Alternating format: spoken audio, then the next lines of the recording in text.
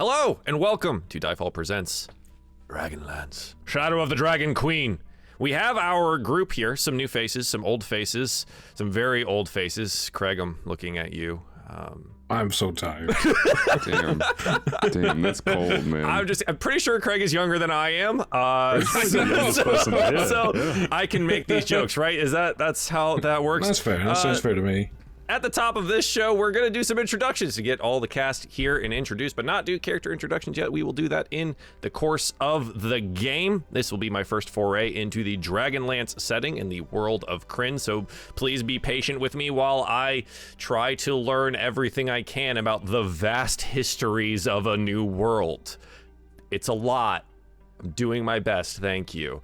We're gonna just go with what I have here on my side of the things for introductions, and if that's random on the screen, it's because I had to edit it in post. Smile.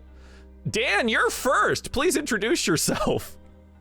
Hello, I'm Dan, or the internet might know me as Dan Otage, or people who read it separately, which I fully understand, is Dan Otage. Or if you live in Japan and speak a Japanese-like language, it's Dan Otage. It's all of them. Hi, hello. the guy that is over here. This guy.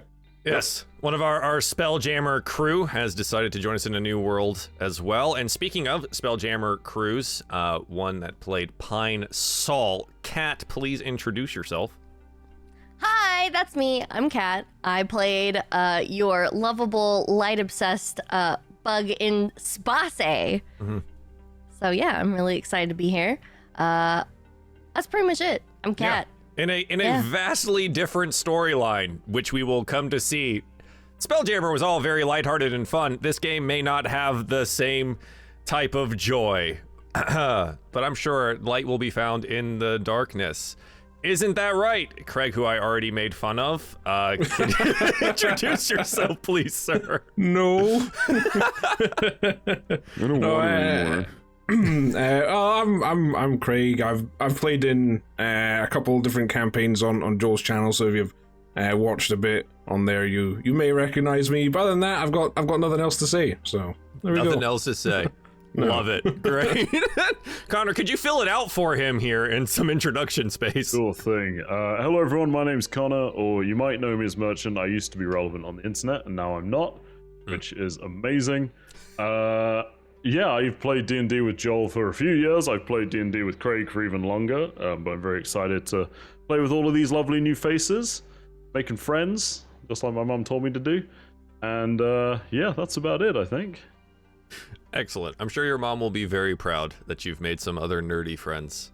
It'll be... Tell her about it afterwards. Good. Hi, Mom! Hi, Mom! I'm on TV.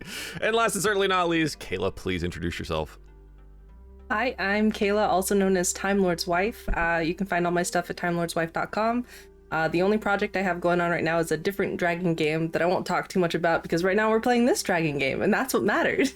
It's a good dragon game. Let's just put it that way. Go find other dragon game if you need more dragons. There may be dragons today. I don't know. There might be dragons today. Hi, and I'm Joel, Runaway Robot. This is my channel. You probably got that figured out. There's not really much I should do as an introduction here. But hey, guys, do you want to play some Dungeons and Dragons, perhaps? Perchance? I just want to play the dragons part. Just the dragons part. That's No understandable. dungeons. Yeah. Okay, no dungeon. Shit. All right, I gotta hang on. Can I play roll dice? Yes, you can play roll dice. Excellent. I do love to roll me some dice. The way that this adventure is structured at the very beginning of this is rather interesting, and I like it a lot. And we're gonna utilize it hopefully to the best of our ability here as we spiral in out of the clouds over to the world of Krynn. Post-cataclysm, when the gods decided that their silence would extend for hundreds of years, things have begun to change on the continent. The Dragon Queen's armies have gone to war.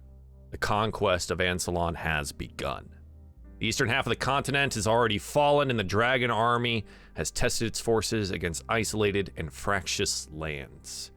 But now it turns its attention to the west, the land of Solamnia, a nation known as the home of knights and heroes. And now the true war begins. But before we dive into the war itself, we find ourselves on a quiet night off the side of the road north of MacLeod in the Solamnic region. A small fire crackles, tended by a woman alone on the road, the light softly illuminating her features. Raina, would you please give a description of yourself?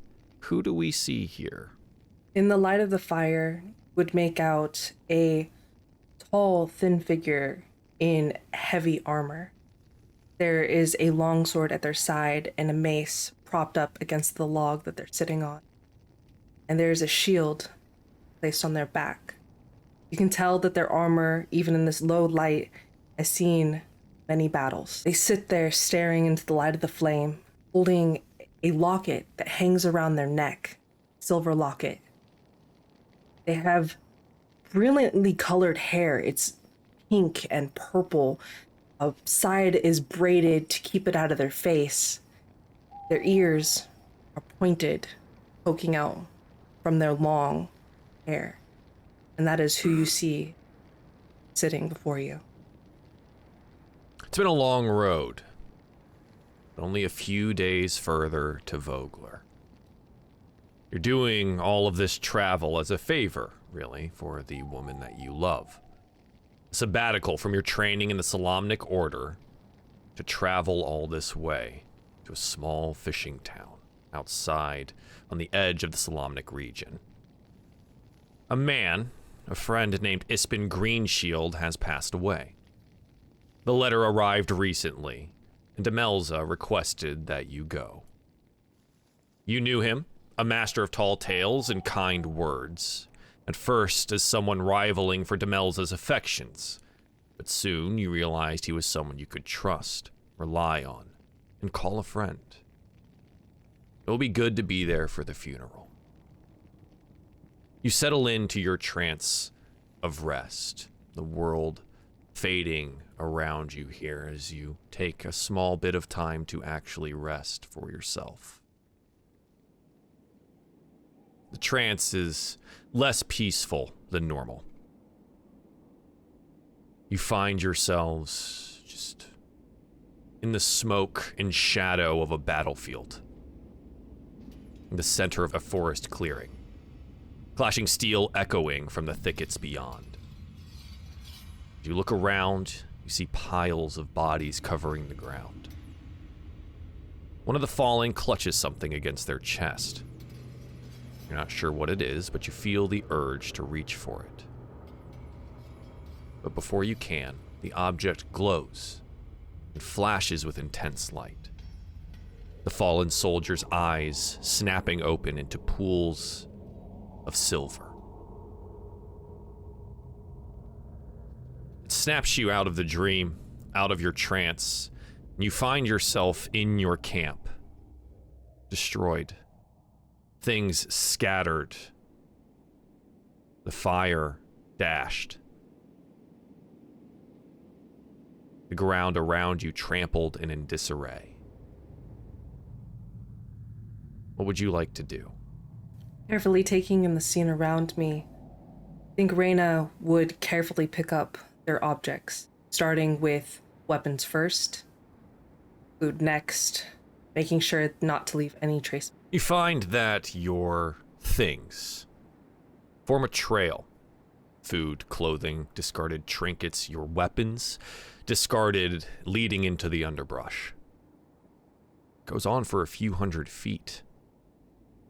The main portion of your belongings discarded in the middle of the forest. Nothing seems to be missing or damaged. There's no sign of what could have brought your things here.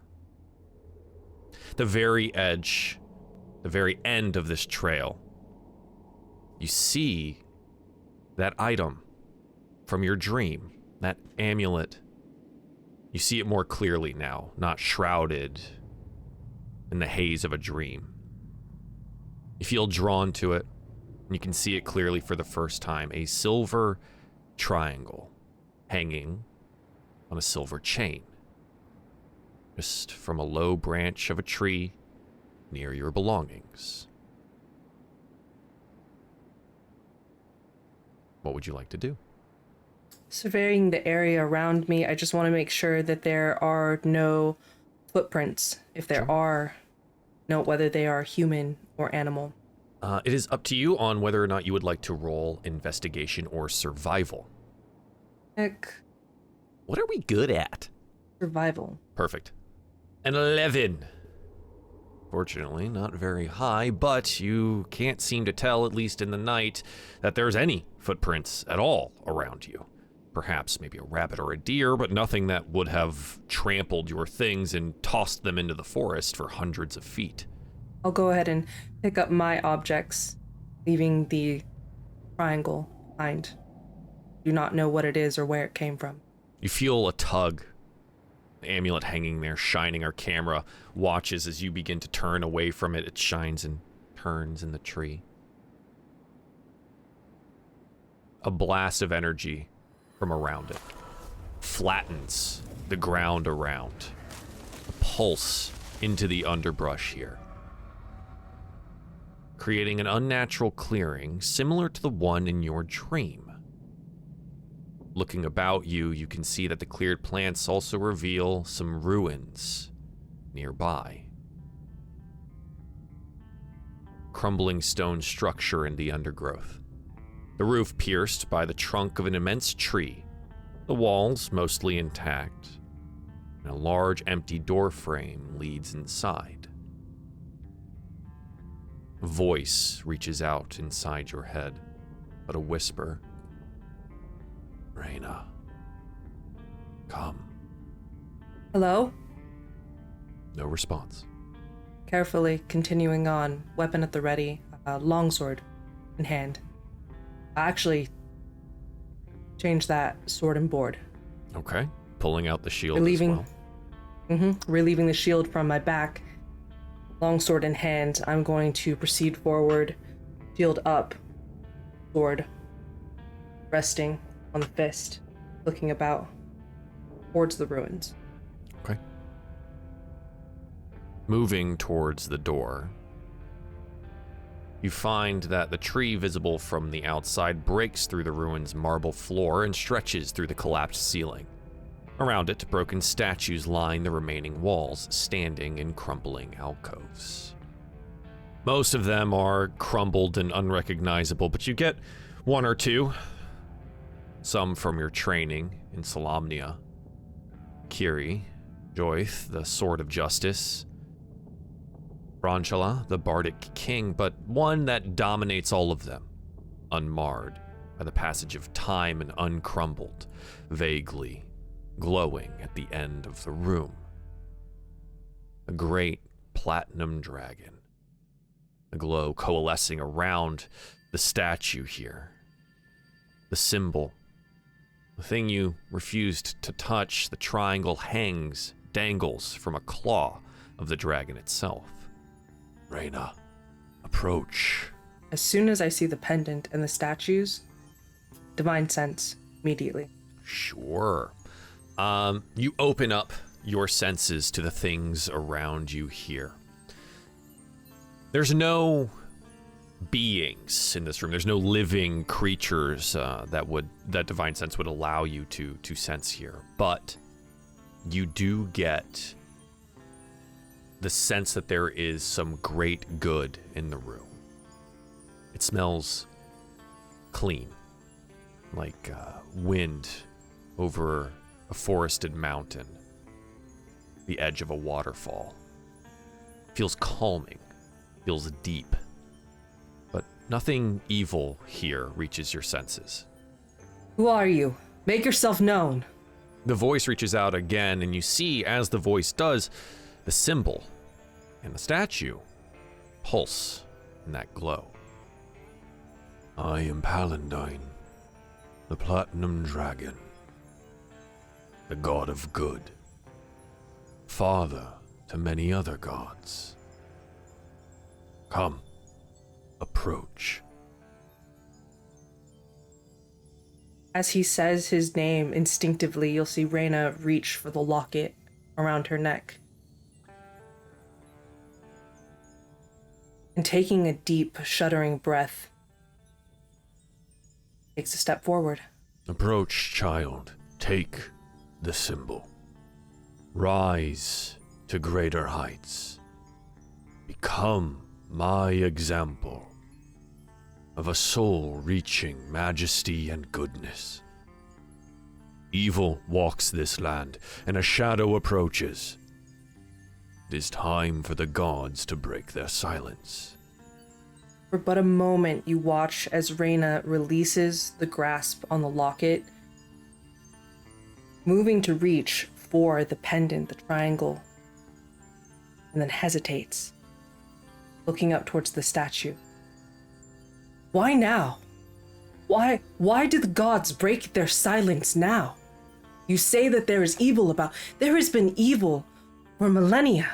After the cataclysm, the ruination of the world, we felt the need to step back. Let the world rebuild itself without our influence. But it seems that that may have been a mistake. Why you? Well, I hope you can find out for yourself. But this choice is not made without great thought.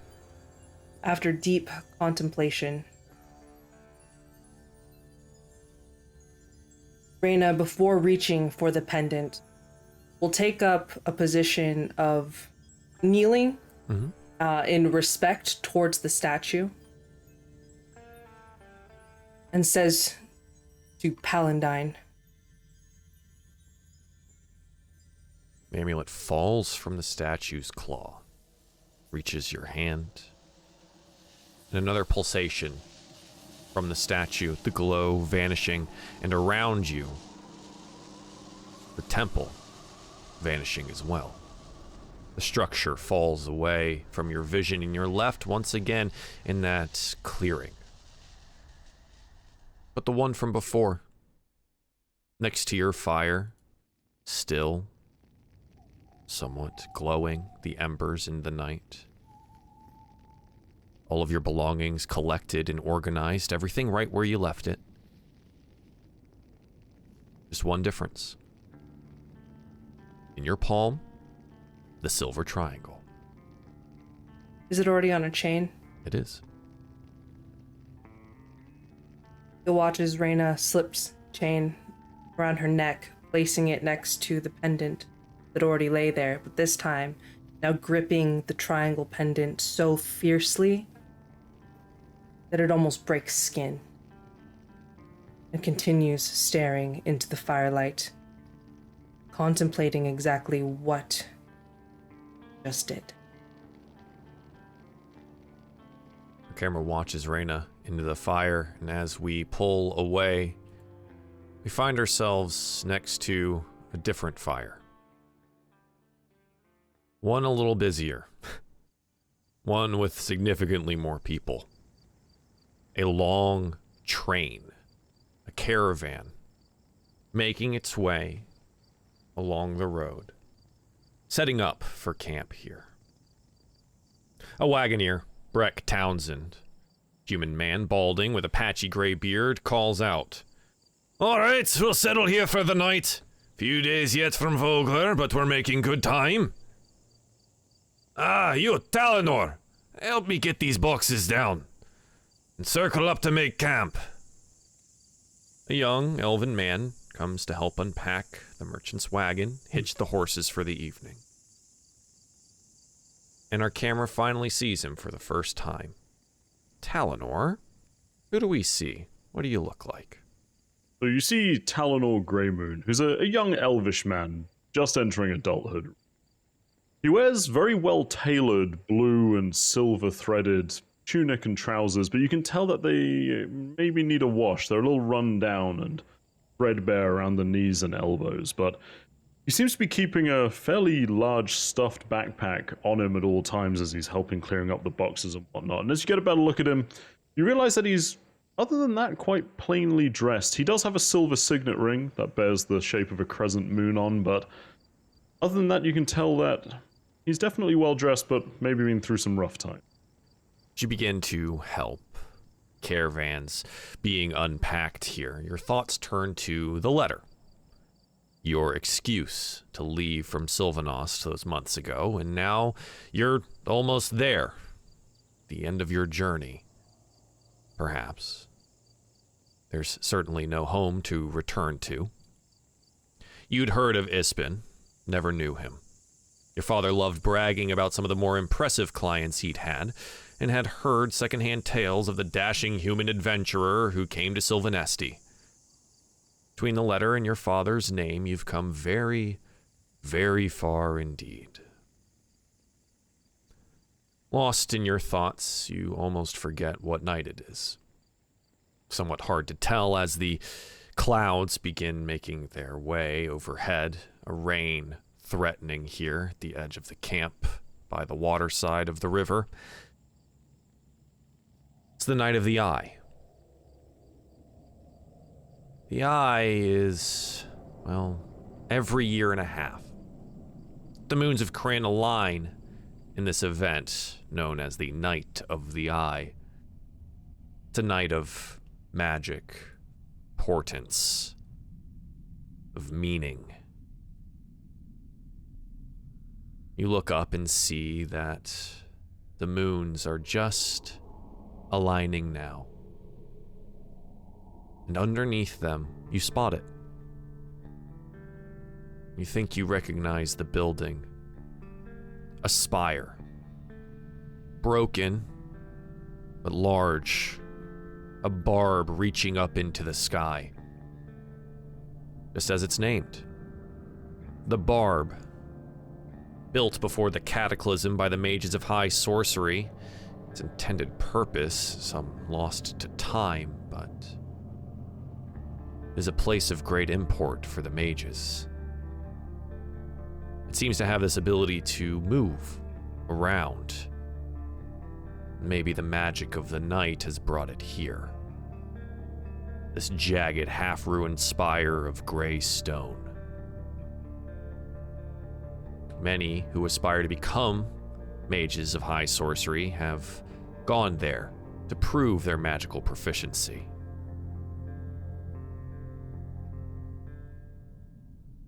What do you do, Talenor?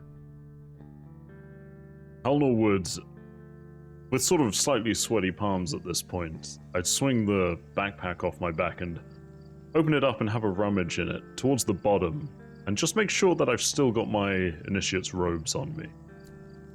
They are there, wrinkled, unused, but they're there. I'll just shift them closer to the top a little bit and say to myself, well, if anybody comes knocking, hopefully these should buy me at least some time. The barb remains there, and you note the doorway, even from here, glows, inviting, as if it knows. Oh no, not today, I don't think.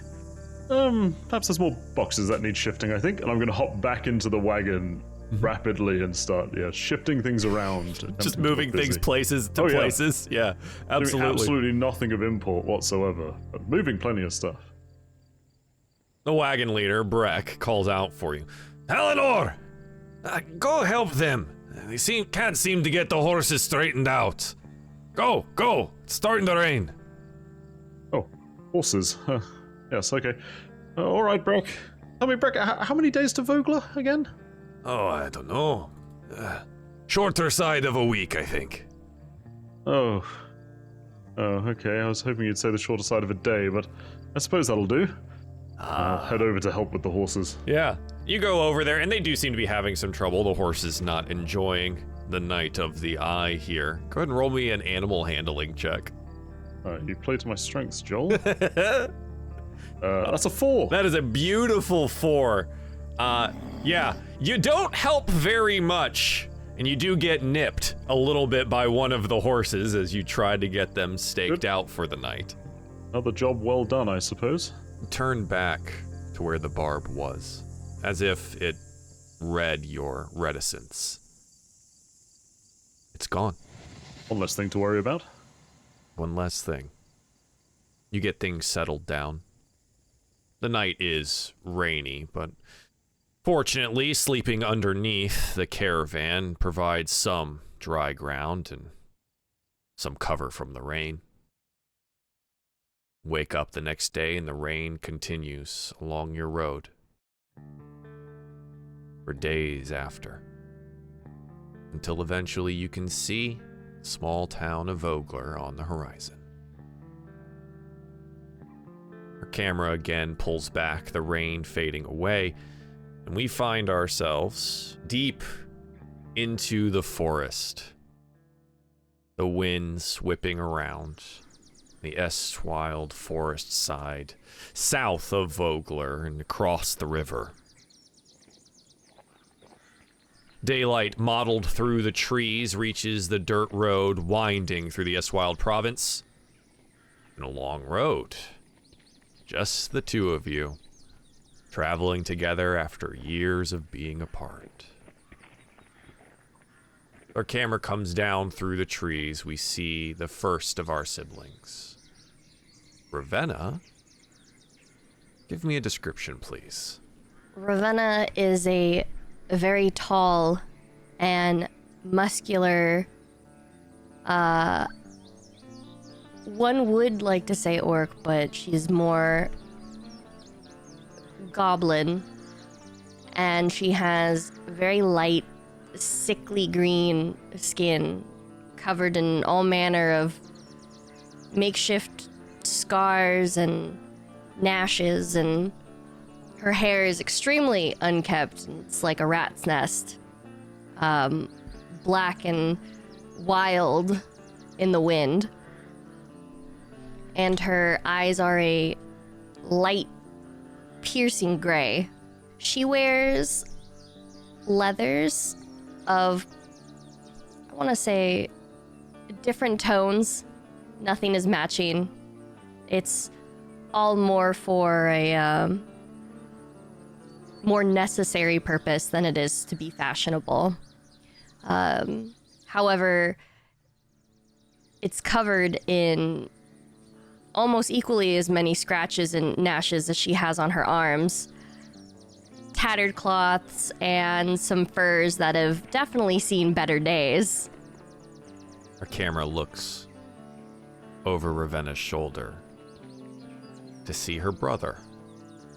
Svartal, give me a description. Svartal, big, huge, strong, dirty. Svartal is all those things. In fact, when you look at Ravenna, you ask, what could be bigger? And, well, then you look slightly to the right, and you see something slightly bigger. He's large, he has a similar skin tone to Ravenna, but with a slightly darker tinge. However, it's not really natural, it's mostly dirt and grime and mud and all kinds of things because, well, he's very unkempt by a long shot. Having come straight from the woods, you can not only tell by looking at him, you can smell him. He's dirty. He doesn't really care too much about his hygiene. And he's clothed by pretty much purely organic material, whether that be pelts or vines that somewhat closely tie his pants together, even if they're falling apart piece by piece. He doesn't really care. The pelt, anything that covers the top is basically just the shoulders. He's almost naked the entire time. However, there's enough clothing to be halfway decent. But he's a big, large man. And you'd probably tell he had some pretty gnarly teeth if it wasn't for the giant, dirty beard covering everything around his face. Excellent. A letter had reached your tribe, telling you of the passing of Ispin Greenshield. Greenshield, long before, came to the Crown tribe, ingratiating himself and making a request that he was in need of warriors for a dangerous but noble quest. Your mother, an incredible warrior, volunteered, as tradition and honor would demand of her. She would die on that journey, a death that would tear your family apart for years. It's been a long road, a week's yet maybe from your final destination of Vogler, attending this Ispin Greenshield's, well, funeral. As tradition and honor would demand. A quivering scream echoes from around the next corner. Please, help! A young man shouts as he rushes around the bend and races towards you. His eyes widen as he sees the two towering figures here, and he comes skidding to a stop, down onto his knees and into the mud. Oh, please don't kill me, please. What is that? What is what? Puny. Oh, you talk. I will kneel down in front of him. Please don't kill me. Please don't eat me. Let out a quick exhale. Oh. And I will grab his shirt. Is this your blood?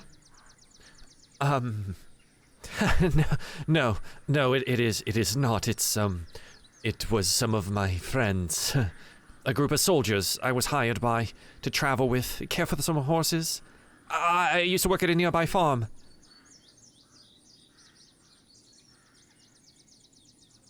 What attacked you? I don't really know. Black-cloaked figures. Just truly moments ago. I've been running since then. I didn't get a good look at them. I hid in the brush and ran off. Well, the soldiers fought.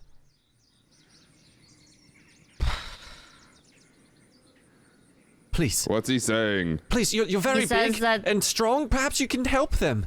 Some soldiers are being attacked by cloaked beings. Why do I care? You don't. We don't. Not really, anyways. But you'd be doing some good. You could save someone. Please. I will grab him by the back of his collar, and I will start dragging him. Oh, yeah, okay. I can walk. He tries to get his feet up from underneath him and realizes that where you're holding squirming. him, he might not be tall enough to reach the ground while you drag him along. Brother, there is a fight. But I'm going. Oh. Okay. Start heading down the road there. He tries to lead you. Fortunately, it's a very straightforward path through the woods here. And as you approach, the young man eventually says, Stop, please. I don't want to go any further. They're just ahead, please. I let him go. Yeah, just plop right down into the mud. Just be careful. We don't know what they are. Shoot. Down the way. Oh, and he goes diving into the underbrush. Good luck. Svartal keeps walking. Yeah. You keep walking. Ravenna catching up to you there, and you see down the way a wrecked wagon toppled, surrounded by armored corpses. Strange figures picking through the remains. From underneath their cloaks, scaly wings and sharp reptilian features. Some of them are green, others are orange. The green ones wielding thick swords, wearing scaled armor. The orange ones, horns sweeping back from their heads, crouched nearer to the ground. There are 4 of these green, lizard-like creatures, and one of these orange ones Their armor's emblazoned with something that you can't really make out from here under the cloaks, but they notice you. And you watch as the orange one yells out something in a language you don't understand. It's somewhat guttural and some hisses intermixed into the language itself. And 2 of these green lizard people make their way towards you. The other 3 take off down the road. The green ones brandish their weapons and push forward towards you. Go ahead and roll me some initiative. Yeah. 17 and 16. I rolled a 13 and a 2, so it looks like our siblings are gonna get the jump on this particular combat here. So, Ravenna, you are first up. What would you like to do as you see these? They are injured, these green lizard creatures, as they stalk their way close to you. They do look like they've taken some damage as the soldiers' bodies lie scattered around them. What do you want to do? Gonna roll my neck, dig both of my feet into the ground. I would like to rage. Yeah. And I exhale deeply, and I spit on the ground, and that activates my rage. And I would like to throw a javelin at one of them. Absolutely. You pull out one of your javelins as they are stalking closer to you here, running your direction. An 18 will slam home through the already damaged armor here. Go ahead and roll me javelin damage. Absolutely. Does the 8 piercing damage? Rage damage does not apply on the thrown weapon, but 8 total points of damage, and you watch as the first guy just stumbles, falls onto the javelin, driving it deeper into himself, and it begins to turn to stone. This black and green gas exhaling from the creature's body there. You watch as its body begins to harden into a gray stone. As your action, Ravenna, what else would you like to do? Svartal, move! Yes, and Svartal, it is your turn, as the other one, seemingly undeterred by its compatriot's very quick fall, continues forward to you. Seeing Ravenna land just the easiest throw in the world, Svartal gets a little jealous. He looks at her when commanded to do something and just gets real angry. Yells out as if he were an animal of some sort, except for his voice cracks, and it's very demoralizing, and he goes into a rage. Okay. He goes into a rage. Yeah, do you want to close the distance for more hand-to-hand here? As he's raging, he's sprinting forward, yeah. Absolutely. Sprinting forward towards the remaining enemy here. What would you like to do? He's gonna pull out his big old axe and just swing the most wildly as possible. Absolutely. Go for it. Great axe. For 15 will hit the damaged armor here, allowing for that axe to find the mark. For 4 slashing damage plus the 2 for your rage puts you at 6 total points of damage against this creature here. And you find that, well, he's not down yet, but you've hacked a deep gouge into his body. That is your action, bonus action, and movement. The lizard creature will make a retort here, drawing that really thick short sword that he wields here, and is going to roll a 17 to hit for 7 piercing damage, reduced down to 3 due to your rage here. He continues battling back and forth with your brother, Ravenna. What do you want to do? I'm going to throw another javelin, other javelin, at him. No need to get close, your brother's already there. Yeah, try not to hit my brother. Absolutely, go ahead and throw a javelin. All right. 24 absolutely hits. Excellent. Go ahead and roll damage for 9. As you're battling it out here, Svartal, a javelin comes sailing through the air, slams into the creature's dome, and he drops immediately. However, that gas again comes pouring out of the dying creature, its body rapidly turning into stone. I need you to roll me a Constitution saving throw. That is a 9. 9. Svartal, you watch as that hand that was closest to him, wielding that greatsword, and gets engulfed into the gas here, and it begins to turn you into stone. Svartal would, as the javelin came flying over, he would turn back to Ravenna and still, it'd be pretty angry, be pretty, like, pissed. And well, I had him!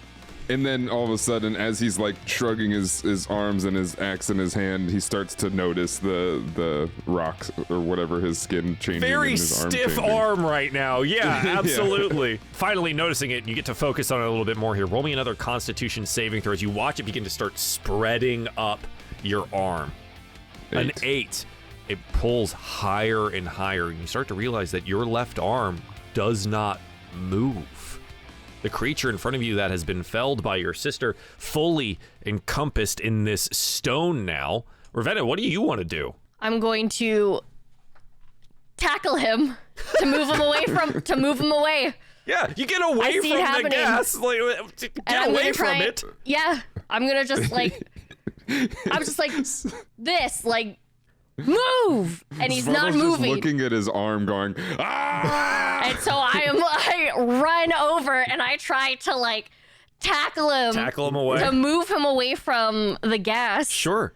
You do so, go crashing to the ground here and moving him away from the gas location.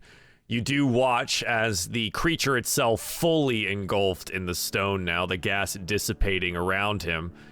You look down at your brother's left arm and realize that the stone has basically climbed up all the way to his shoulder here.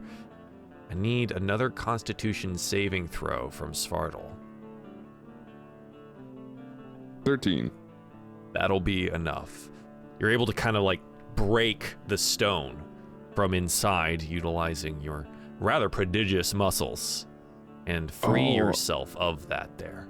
I get to the rock in the Fast and the Furious flex out of my cast. Yes. Let's go. Yes, you do.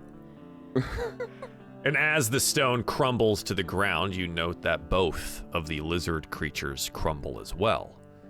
Their armor and weapons remain, but their bodies are gone. The young man that had come screaming out after you previously cautiously makes his way up the road out of the underbrush. He goes, huh? Oh, you did it. You did it. Are any of them still alive? The knights? Any of them? He starts to move around to try and check for pulses and hopefully anyone living. They're very much dead. Looking about here, you would recognize them by the soldiers' armor as Knights of Solamnia. The plate armor being rather recognizable, as well as their helms with the sweeping horns that are atop them. Looking at each of the armors here of the creatures that you had battled, you can now more clearly see the symbol that was emblazoned upon it there.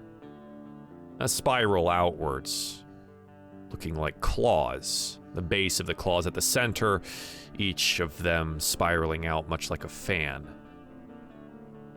The claws are different colors: red, green, blue, white, black. The armor looks ruined. You could attempt to wear it if you wanted to. The weapons look suitable, usable. The three soldiers, their plate armor and filigree and horned helms of the Knights of the Order have vicious claw marks through all of them.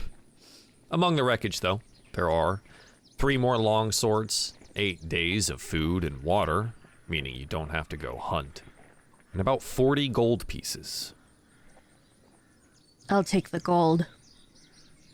Yes, right, the gold. What were those things? Do you know? I walk over to it and I kick it. Yeah, the stone crumbles out from underneath your feet. Don't know. Never fought them before. Dead. Right, yes, dead. I'm a bit of a ways from home, and as you can see, the road is a little dangerous. Do you mind if I, stick with you both for a while? Mind? Do you care? Fine. Care? Yes. Once we get to the nearest village. Yeah, first village. That's it. First village. I'm out of your hair. I'm out of your hairs. 2 rules. Yes. 1. Don't walk in front of him. Right? Of course. And 2. Don't walk directly behind him. Where should I walk? Next to me. Good. Yes. Perfect. Love that. Love that. Right. Don't do anything stupid.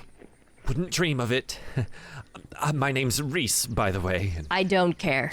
The camera will pull back on this, the wreckage of the caravan, and Reese attempting to make friends and out, away from the woods. We find ourselves further south on the plains of dust. The wind whipping around. Sun beating down mercilessly upon a man. Looking down at a letter. Hood pulled up to try and block as much of the sun as possible. The hooded figure looks up, lighting up their features. Who do we see? Razik is a tiefling with skin that is a vibrant shade of purple and bright red eyes. When his hood is down, you can see that he has brown, thick hair that's wavy and cascades down to his shoulders, but often it is partially covered by a hood that shields him from the sun. He adorns himself with various bronze jewelry, bracelets, necklaces, rings, and they're covered in a variety of symbols and motifs. One of his most distinctive features is bronze-capped horns that he has, from which small adornments and chains hang off and gleam in the sun. He wears loose-fitting and flowing garments in earthy tones with a slightly ragged appearance. He has an orange silk cloak draped across his shoulders and a sash tied around his waist, which has a variety of tools, equipment, and pouches, as well as a small curved dagger. And his expression is often of quiet contemplation, and his eyes often flick to the horizon. We get a look over Razik's shoulder at the letter, finally. Dear friend, I am Becklin Uthviharin. I've heard much about you from our mutual friend Ispin Greenshield. It grieves me to share the news that our dear friend Ispin passed away peacefully here at his home in Vogler. May fortune and the old gods protect his soul. Ispin's friends are holding a memorial for him in the manner he always wanted. It will take place here in Vogler on the eve of the Kingfisher Festival. I write to ask you to do Ispin one last honor and attend. Should you come, accommodations will be available at the Brass Crab. Though the circumstances are sad, I am eager to meet you, and, through our memories, the revel in life of our great friend. Becklin Uthviharin, Knight of the Crown. Vogler is 800 miles from here. A long journey north. Ispin was a dear friend, fellow treasure hunter and lover of secret ancient locations. He had hired you years ago to lead his band of adventurers through the wastes to some ruins. A temple of the old gods, he said. You were young then, not ready for the danger that followed adventurers like Ispin. He would save your life that day. This led to a long relationship of letters that would travel hundreds of miles to each of his adventuring locations and each of the digs and hunts that you would go on. It would be good to be there for the funeral. Days pass. You finally see the edge of the plains of dust, traveling now along the hills that edge the plains themselves. Looking eastward, you see a shadow. The forest of the Sylvanesti, a towering monument to nature shrouded in darkness, smoke pouring from many locations in the trees, and eerie shadows flying through the air. is still some distance away yet, but what would you like to do? I think I'd be a bit wary of the flying shadows. So I'd probably try and stealthily move a bit closer for a better look, Joel. Yeah, absolutely. Roll me stealth. You're going to be hunting your way forward here towards the Sylvanesti edge on a 20. It's a non-natural 20, yep. 20, that's looking good. Yeah, approaching closer. The shadows in the air as they wheel about the smoke coalesce. Dragons. Great winged lizards wheeling in the sky. And what seems to be an endless column of soldiers marching out from the trees and towards the north. It is sudden, but a shadow does fall over you from overhead. What do? Crouch down and look up and try and steal a peek at it if I can. Yeah. Roll me a perception check. Let's see if you can't spot anything here. An 11. Yeah, it's just an 11 on that one. Yeah. You crouch down quickly, the shadow, thankfully, passing quickly as well. You peek out from the rocks in which you hide, and you can see one of these great winged beasts and something on its back. Humanoid looking, but you can't make out much else. Looking down towards Sylvanesti. Something horrible has happened here. You need to get ahead and away from the army, towards the north. Begin to move that direction, hopefully to reach the mountains before this army does. And as you turn to look at that column marching away from the forest itself, you see those shadows from in the trees leave the Sylvanesti border and tear into the back lines of the army.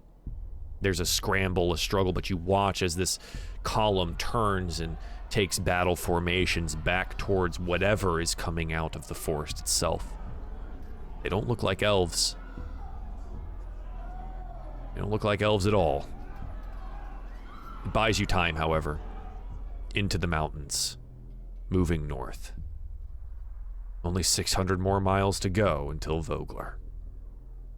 Travel is harsh, takes days, occasionally traveling with yourself, at other times traveling with various caravans moving through the towns and cities on this side of the mountains in the waste. Continuing ever northwards.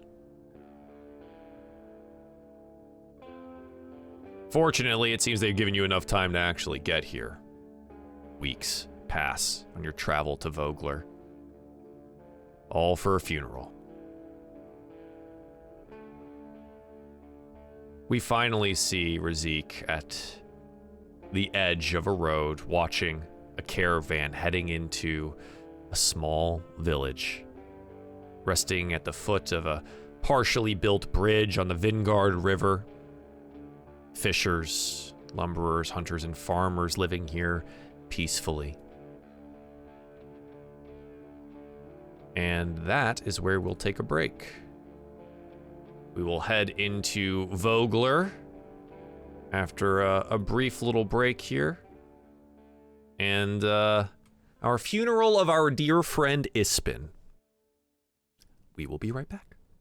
The Dragon Queen has gone to war. The conquest of Ansalon has begun. Eastern portions of the continent have fallen. Kendermore and Sylvanesti fight for their lives. Where are the heroes in our time of need? Who will stand and join the ranks of the Shard? Join the premier mercenary group known as the Shard of Discord. Build your character, select your class, and roll dice in a game designed by me, Runaway Robot.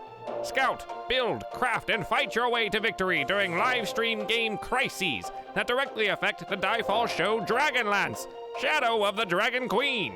Join now at patreon.com/DieFall. Shard of Discord Season 2 begins. Welcome back to DieFall Presents Dragonlance. Goodness gracious. Everyone's level 2 now. Congratulations to them. Here, we find ourselves at the edge of the Solamnic province of Interlude, lies the quiet fishing village of Vogler.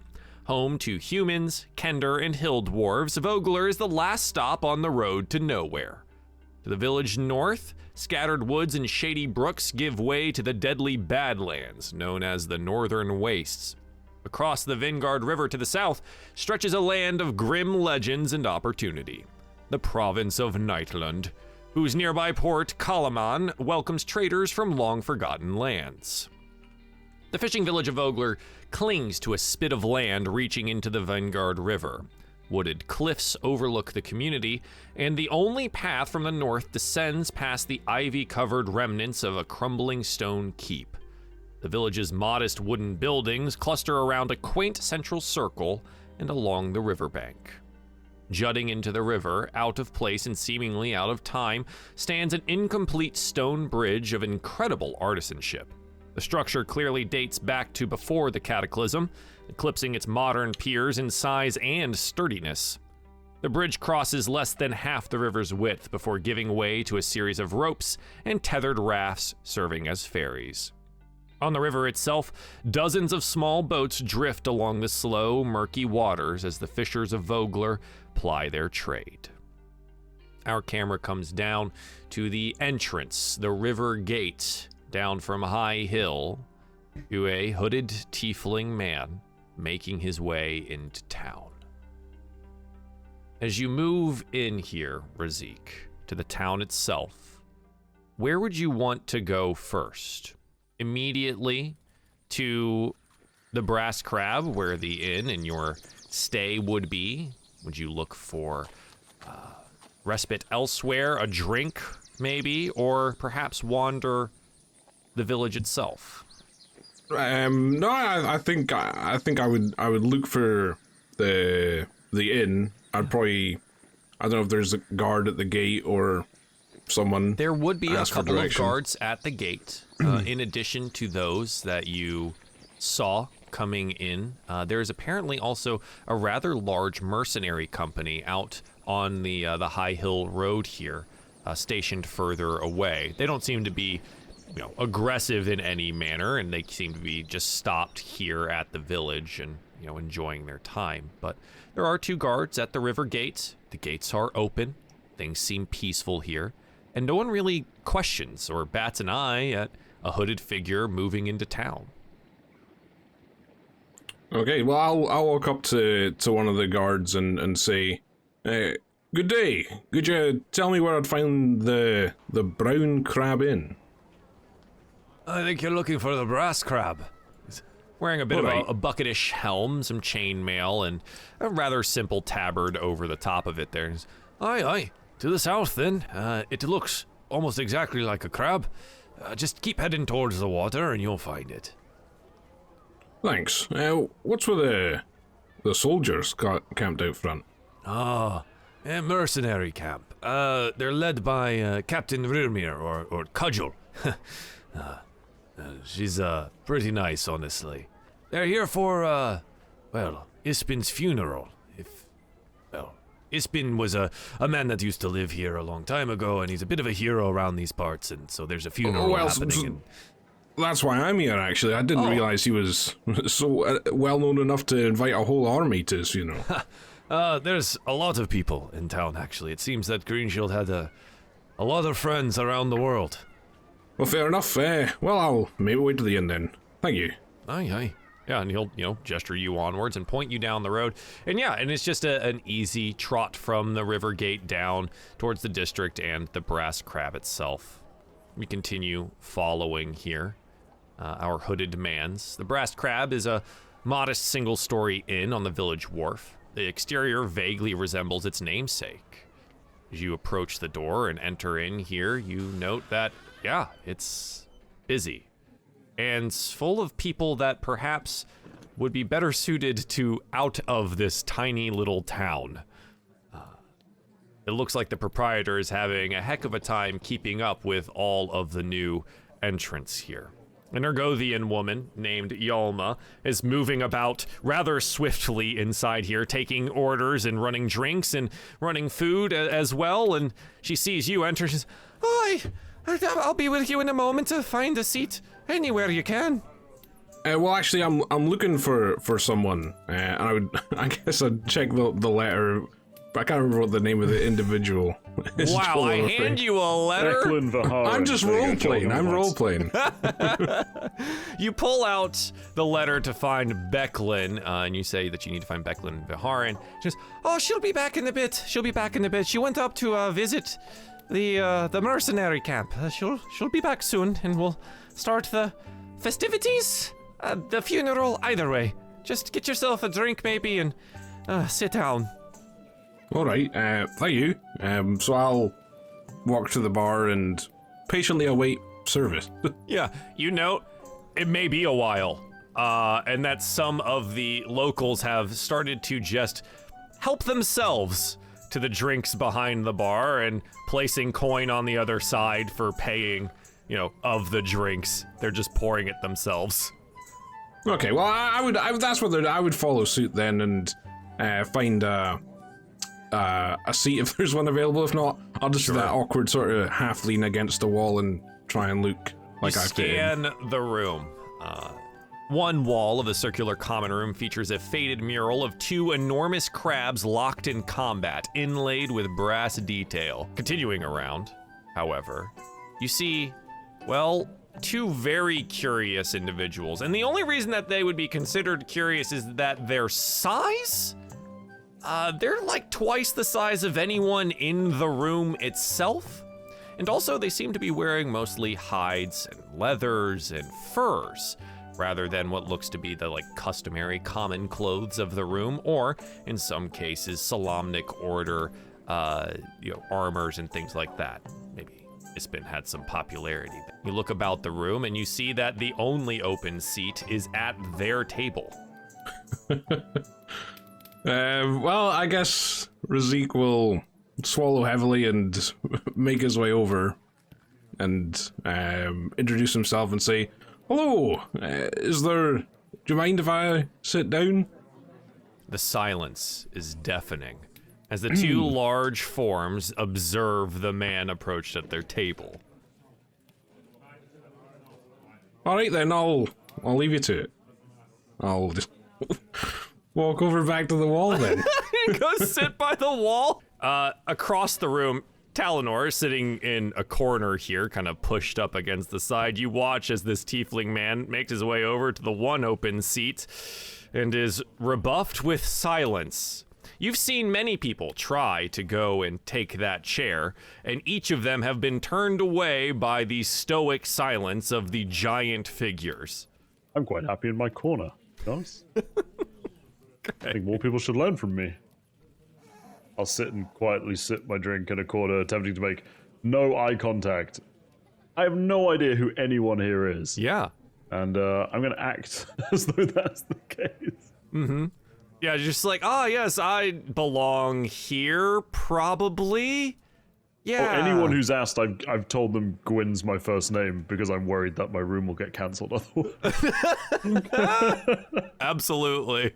Everyone just calls you Gwyn for the moment. Okay. As you continue to observe the room here, Razik, you look about and looks for a moment. There may be another seat that has just opened up at the end of the bar. It's next to a person wearing a lot of armor. It looks Solamnic in origin. An elven woman, you think. Perhaps you can sidle your way in there. Okay, I will gather my courage once again and press forward to the seat at the bar. So I get to the seat and say, "Excuse me, you don't mind if I sit here, do you?" Raina, a tiefling gentleman, has approached the now briefly open seat in the crowded bar. Oh, I'm not able to sit in this armor anyway, so by all means, it's yours. Oh, good. So, what brings you to the village? Where are you from here? Oh, no, just visiting for Ispin's funeral. You? Well, the very same, in fact. I think that seems to be what most of the people here are doing. Yes. Do you know exactly what we should be doing? And you see that Raina is quite literally standing at the edge of the bar, just standing in attention, hasn't grabbed a drink, hasn't made a move, and is just simply standing there. It's quite awkward. Well, I think Becklin, who's organizing things. I'm not sure. I haven't met him myself, but they're off speaking to some mercenaries, and then when they come back, it'll get started. Understood. All right. Well, I think that I will just stand here and wait. Well, that's fair enough. So, how did you know Ispin? Oh, we had the same lover. All right. Well, So did Razik.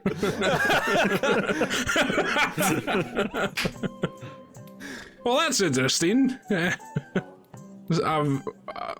Well, you must be saddened by his passing, I take it? Oh, Or yes. not, maybe?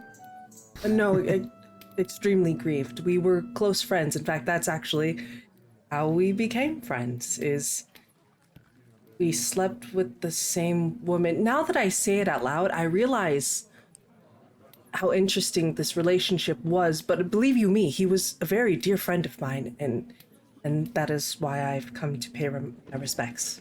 You see that Raina is blushing deeply right now, realizing that they probably have just brought up a very awkward topic of conversation with you. I think Razik would also feel secondhand embarrassment from bringing up that topic of conversation. So that's an interesting painting on the wall, the two crabs fighting. Yes. In fact, Bart, can I please get a glass of water? Thank Yes, you. that's right. And well, if you have any interest about the mural over there, I think I've got a little bit of time. And she goes to like get some water for you, and she looks at Razik and says, "Another drink for you as well, sir?" Sure, certainly. Yes, of course. So the murals, I don't really remember where they came from, but the crabs. The one on the left, his name is Fancy, and the one on the right, his name is Gorgeous George. Huh? You can say hello to them. Some people like to pet the little brass inlays and things of that nature. Anyways, I've got to go again. Here's your ale. And she'll go bustling off again to the incredibly crowded room, being the only person here working. Well, I don't feel like that really answered the question of why they made the mural, but okay. As you stand, maybe sip your drink awkwardly, Raina blushing furiously from the side here, trying to choke down the water. We pan over to our two very large friends sitting at one of the tables with the only open chair in the entire room sitting across from them.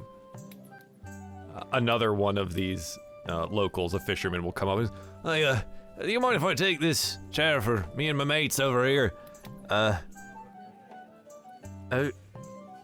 No, yeah, no, all right, yeah, you definitely use it. You're definitely using it. Right. You watch him scuttle away and let's like start whispering furiously to the people that are with him. It's like a group of fishermen that are sitting there and they're all looking. You just hear, and I just put my feet on the chair, and I just lean back and I just start drinking. Yeah, they're all whispering at each other here, and eventually we watch as the man like goes up to the proprietor here and begins to talk to Yalma, and she looks over at you guys and like eyes are wide here, and she'll come very carefully over. So it's a bit of a busy day. I raise one brow at her. But you're totally right. That's, first come, first serve, and if you need a place to rest your weary legs. No. What do you want? I was going to ask if perhaps you could allow someone else to take the chair or use the chair in any way possible, but, I don't want any trouble at this point. Here you go, miss. Oh. Is it possible that, like, this table had 4 chairs, but I'm sitting on 2 of them? Yes. Because I'm so absolutely. large? Yes. For sure.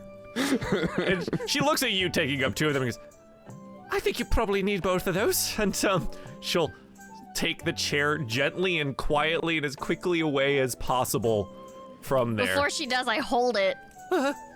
And I look her in the eye. I'm sorry, it was just too funny to watch them all come and go. Oh, and you like watch her shoulders relax a little bit. And And I let up and I just drink my drink really angrily looking. Oh, let me get you another round of ales. Thank you. And she'll go bustling away to give the chair to the other fishermen and, And briefly I look come at the back. fisherman. All of them, wide-eyed, looking at you. And then quickly back to their drinks. Time continues to pass as you nurse these drinks, but yes, eventually, the woman that has made all of this happen does enter. Becklin is hard to miss. She is in full plate and wearing the horned helm of the Knights of Solamnia. She looks about the room, and you watch as she meets each of your eyes and gives a respective nod, except for Talenor, who her eyes pass over and she kind of cocks her head a little bit and then comes back all the way across to where both Razik and Raina are standing here. And she'll come forward. Immediately setting down the glass of water and coming to attention. Not here, Raina. Not here. It's okay. The Apologies, people ma'am. here don't have much, well, respect for the Solamnic Knights, so keep a low profile if you don't mind. They're a bit touchy on the whole subject. Things about Yes, ma'am. the cataclysm 200 years ago seem to still affect them. And, well, I recognize you. You'd be the only tiefling here, wouldn't you, Razik? Huh? I would think so. I've been looking around and I feel a bit out of place. It's all right. Everyone here is friendly enough and accepting, for sure. The two larger ones over there, I think, I have their names, Ravenna and Svar. Regardless, the descriptions do match for what was left behind, so we'll be gathering them as well, and I do seem to be missing one, but... Oh, we'll find out. Enjoy the drinks for a moment. Just going to quickly touch base with Yalma and Mr. get things DM. settled. Yes. How many elves are in this part? How many elves? Yeah. Like 3 at this point. Oh shit. Alright. Yeah. Gonna stand out a bit. Yeah. One of them being a Qualinesti elf rather than a Sylvanesti elf, and the other one is, neither here nor there. It's fine. I'll be fine. You'll be fine. Yeah. And so she goes about and she touches base with Yalma, and then she'll come over to the table with Ravenna and Svartal, and she'll, look down and place her palms on the table. Good day to you. I believe you are Ravenna and Svartal? Is that correct? Yes. Yeah. Just as talkative as Isbin said you would be. Happy that you've made it. Your father, Isbin said your father may attend. Is he around? No, he is not. It is just us. I see. I see. Well, Why? no, I had a set of descriptions from Ispin while he was passing on who to expect, and he made mention that perhaps your father would come as well. Representatives of the Crown tribe is who he truly said, though he did give me your names. Wait, We are the representatives. Ravenna, course. I had an option to stay at home. No, you didn't. Why did Dad stay? Because we took father's place. Yes, well, I appreciate you coming, and I'm sure Ispin, were he alive, would appreciate it as well. Let's get one Yeah, thing straight.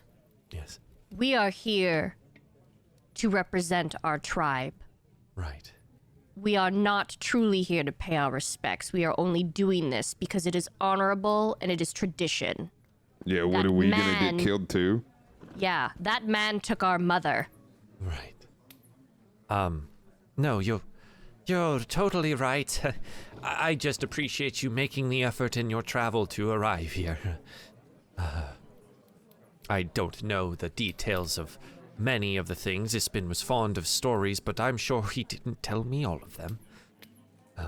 I grieve for your loss, and I apologize for Ispin being part of it. I am sure that he meant nothing ill about any of it. He was a good man. And hopefully you know that. Mm-hmm. Right. Well, there are a few that I'm still collecting before we go send off the final farewell. I'll be right back. And she'll continue around here until she, like, looks again at Talenor in the corner and then approaches... Just blankly smile back at her. Slowly, helmet under her arm, head cocked to the side. Now, there's not many elves in the bar, and I think that perhaps you may be representing someone that I'm looking for. Oh, Is that true? Yes. I'm Gwyn Greymoon's son. Unfortunately, he was a bit indisposed to come, so he sent me instead. Of course. We've I met heard Ispin of briefly. the terrible things that have happened towards the south, and I hope that you and your family are well. Oh, yep. Right. Well, it is good to have you here, and I'm sure Ispin, in his everlasting soul, appreciates your attendance. I'm happy to be here. There was some talk of accommodations being arranged. Is that still the case? Yes, of course. I've already arranged it with some of Ispin's funeral funds. You have rooms here at the inn. Tonight, after we are done with the funeral, Yalma will have keys for all of the attendees. Wonderful. How long is it paid for?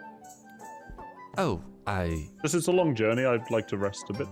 Right. So, Ispin thought it would be nice for those that came, well, to be able to stay for a while in one of his most favorite places. There's a festival, the Kingfisher Festival. It begins tomorrow. It's Sounds a lovely. rather fun event, and you'll see tonight as we make our way about, the banners and things that are being put up for the morrow. There's going to be, foods and crafts and party games and things like that. That sounds fantastic. Yes, I'm more than So happy you'll to have stay. plenty of days here, and should you need more accommodation than that, I can look to perhaps set you up in the barracks or something like that. Oh, thank you. Kind of Yes, you. of course. Any friend of Ispin's is a friend of mine. He is at least owed that in his passing, huh? Oh, of course. It was a good chat. What I remember. Yeah, again, like, cocks her head to the side here. For us above table, she's, like, rolling an insight check onto you here. It's like blankly smiling. Yeah, just blankly smiling at that, and she goes, huh. Yes. Well, I'll have everyone gather here in just a bit. Enjoy the rest of your drink, and, well, let me gather the rest of the attendees, huh? Nice to meet you. Right. And, she'll go move about once She hears again. like the largest, barely veiled sigh of relief when she starts walking away. Breaks into sobbing. It's awesome. As dusk begins to settle here, eventually, Becklin moves to the bar and clambers atop a stool and shouts out, All right, it's time. It's time. Everyone that's going to be here is here. Let's head out. We have a funeral to attend. It's out on the docks, out from the rear of the crab. Just head out the doors there and, well, stay near the docks if you'd like, and or near the water if you need. There's the boat out there that will be his final resting place if you'd like to move by and pay your final respects to him. And the crowd will slowly move out towards the docks and outside the back end here. Is there anything you would like to do before leaving the bar and attending the funeral? I think Raina would like to walk up to where they have, I assume, the body laid out for. Ispin's body rests in a small boat, his body wrapped in a shroud. There is a musician playing a soft tune as the body is out looking over the Vingard River. You can see that there's a line forming to kind of look over the shroud and pay final respects as you approach. Once it's Raina's turn, you would see as she removes a pack of playing cards from her pouch, tucks them neatly beneath his hands, and only to herself, speaking to him, and simply saying, "You were one of the dearest friends I've ever had in this lifetime. I was so lucky to have known you. I know that you're probably in a place with you. Can't play that game alone. I don't teach anybody else the rules." And with the tear-filled eyes, you'll watch as Raina walks away and flips a coin to musician playing music. A gold coin. I will. Yeah. There's a nod from the musician as he continues playing on the lute there. Those that were closest to Ispin gather on the dock overlooking the Vingard River. Becklin Uthviharin will step forward in her Salamnic armor. She smiles gently at those assembled, and her voice carries clearly across the water. "You all knew Ispin as a friend, and there were none like him. Before he died, he told me this. There should be tales, not tears, for an old scoundrel like me. Make sure everyone knows my stories when I head off the greatest adventure of them all." Becklin will nod. Villagers carry the boat containing his body to the dock's edge, where she and another woman next to her, you hear, named Cudgel, lower it into the water. "So let us do just that," Becklin continues as the tiny vessel drifts out onto the river. "On the eve of the Kingfisher Festival, we celebrate you, Ispin. Good travels, friend. Until we meet again." And with that, the boat bearing Ispin's body drifts down the river and eventually out of sight. There is a moment of silence. Then Becklin, back towards the crab, invites everyone back for a reception and an opportunity to share stories about the departed. Most of the villagers make their way quickly back inside to the warmth and drinks of the brass crab. Is there anything you all would like to do before attending? What a bore. There's nothing to do. I'm restless. What are you okay over there? What's going on? I said I'm restless, brother. Yeah, what was that? Okay. Then rest? I don't know what that means. Rest then. If restless mean, yeah, go rest, right? I thought I only obtained the fighting skill, but it seems that I have also obtained the brains as well. Feels simple to me. You're restless, you have no rest, you go rest. I don't understand. Brother, I want to do something. What do you want to do? I don't know. That is why I am discussing this with you. Well, Everybody looks at us funny, and I just want to spit at them. I mean, they don't understand. They probably all like this guy. This guy's weird. He's evil. Like, why? Are we supposed... He's already dead. What do you want to do? We told Father that we'd be on our best behavior. I don't think he understands what my best behavior is anymore. Do you even know what that is? Yeah. You've been in the forest too long. Yeah, I know what people like. I do watch the people, but like, it's stupid. It's dumb. It's gross. You watch the people from the trees and the bushes. You don't actually interact with them. Yeah.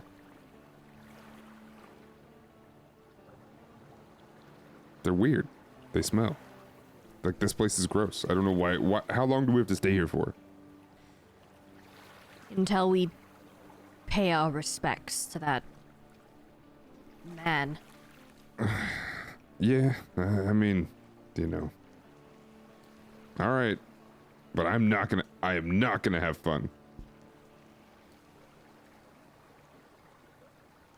I don't understand you.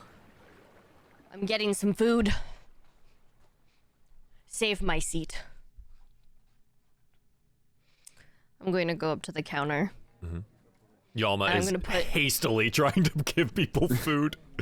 I'm gonna put both my hands on the counter. Oh, hi, yes, hello. Miss, Yes, do you have food? yes, we will be serving food.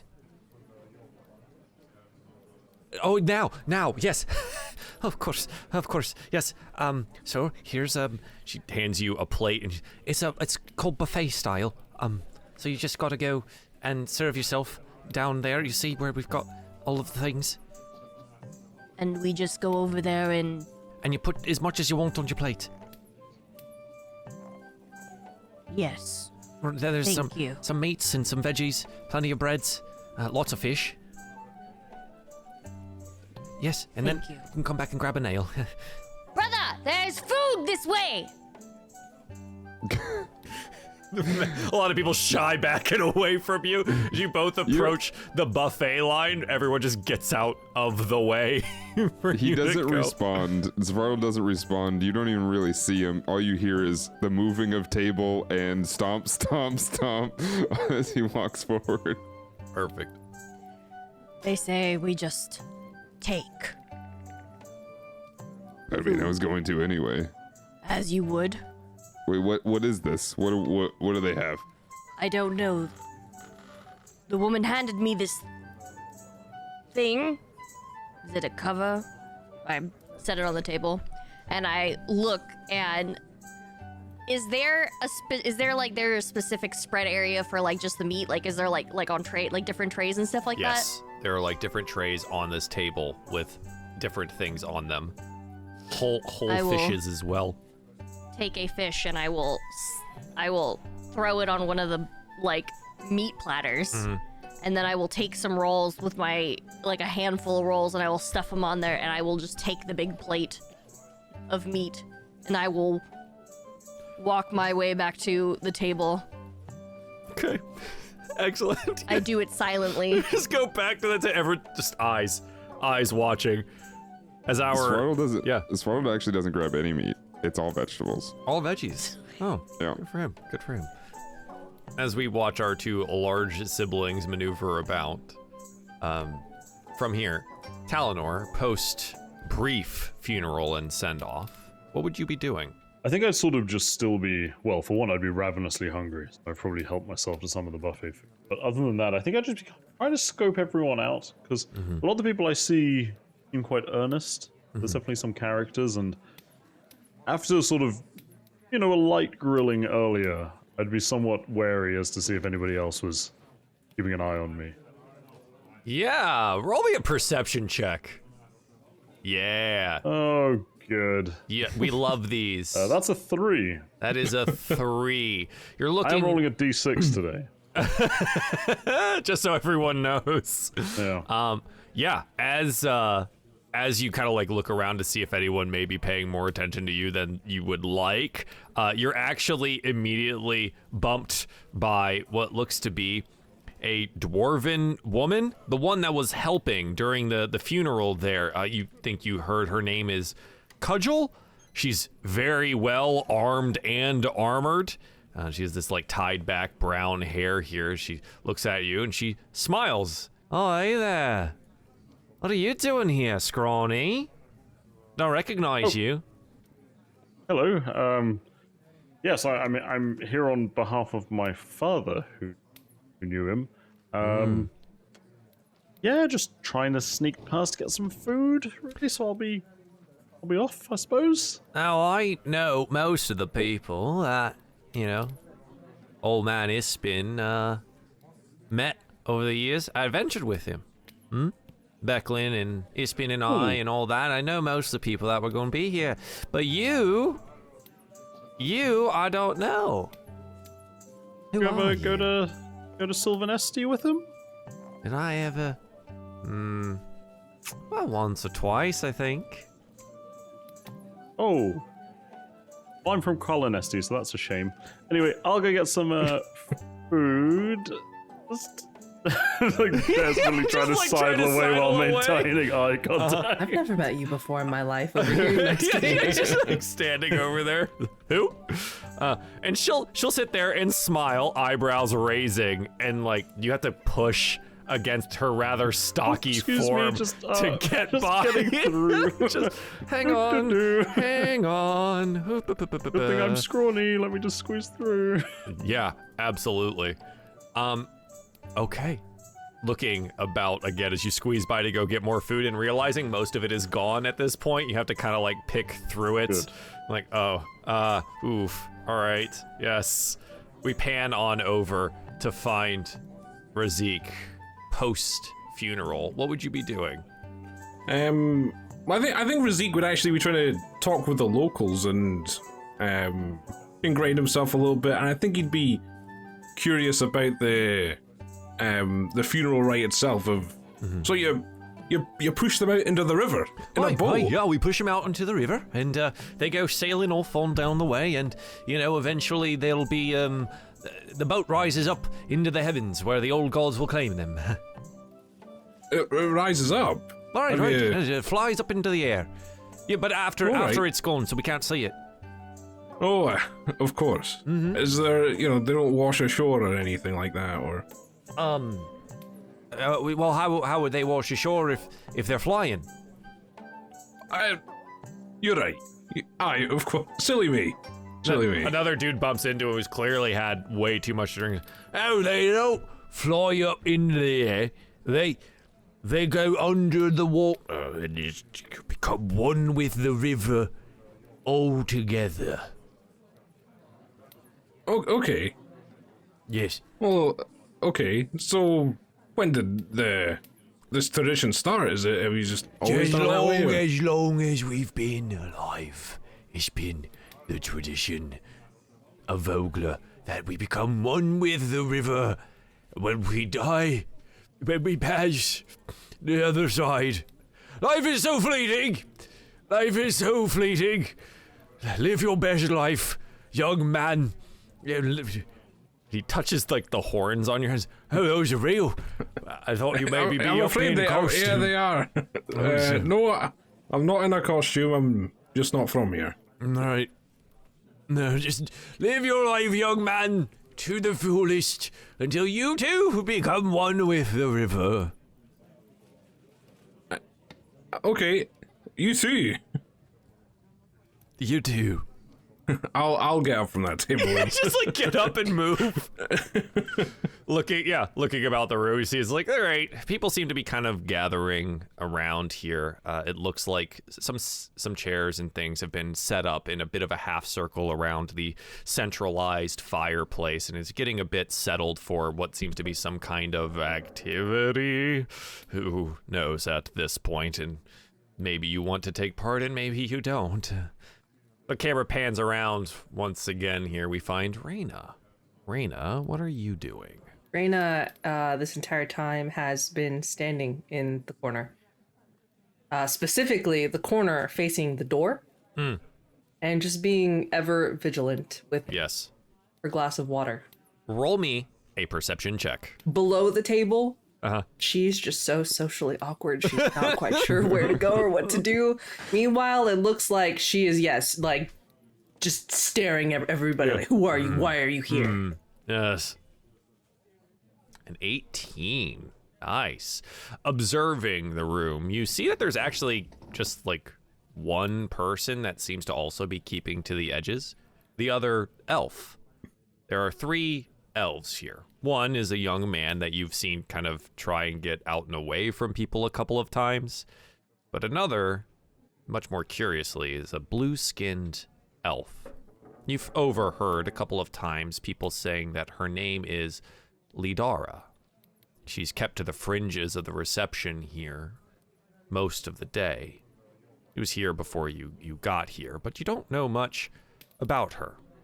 She seems to be polite enough as you watch her interact with some people that attempt to talk to her, but each leave pretty quickly as there's not much being said. permission to make a roll for myself, DM. What would you like to roll? The charisma roll for reasons. Okay, for reasons, go.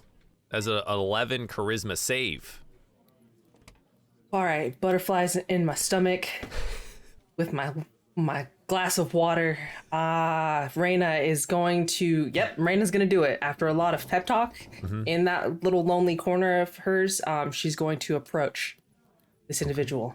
Yeah, you approach the beautiful blue-skinned elf. You note that she has some of the markings of a Sylvanesti heritage. She has long, blue-pointed ears and these deep, somewhat blue-white eyes. She wears somewhat of like an antlered-esque, not a crown, but like a tiara, decorative mostly there. She's wearing very fine white and blue robes that complement her skin perfectly. Hello, do you come here off? No, that's just... Hi, my name's Raina. Do you mind if I sit? She gestures to the open chair next to her. No, of course not. And no, Thank you. I do not come here often. I know, and it was a very dumb thing to ask. I didn't know how else to introduce myself.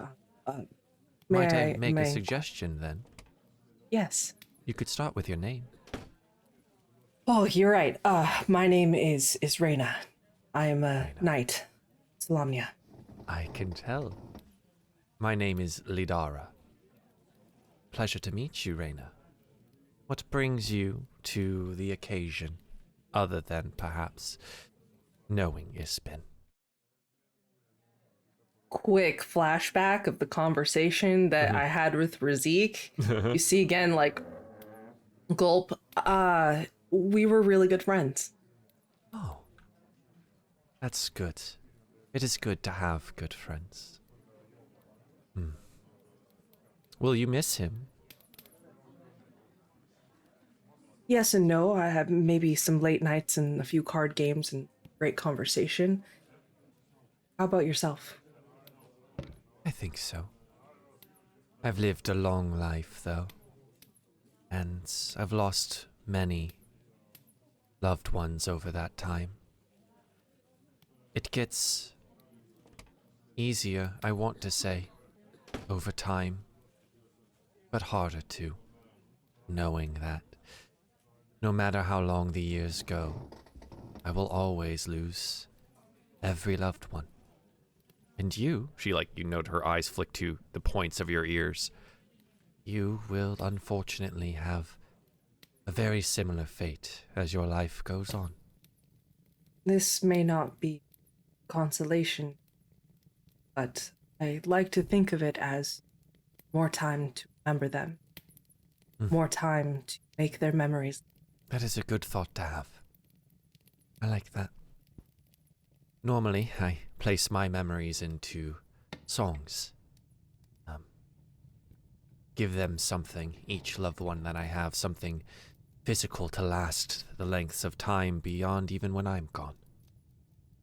I don't mean to impose, but you plan on gracing us with a song tonight? I did not plan to, no. It seems that more of the occasion here is for stories, which I do appreciate as well. However, I have had a long journey, and I am thinking of retiring soon to my room. There's a lot of people here, and, well, I do not feel much for being social very longer.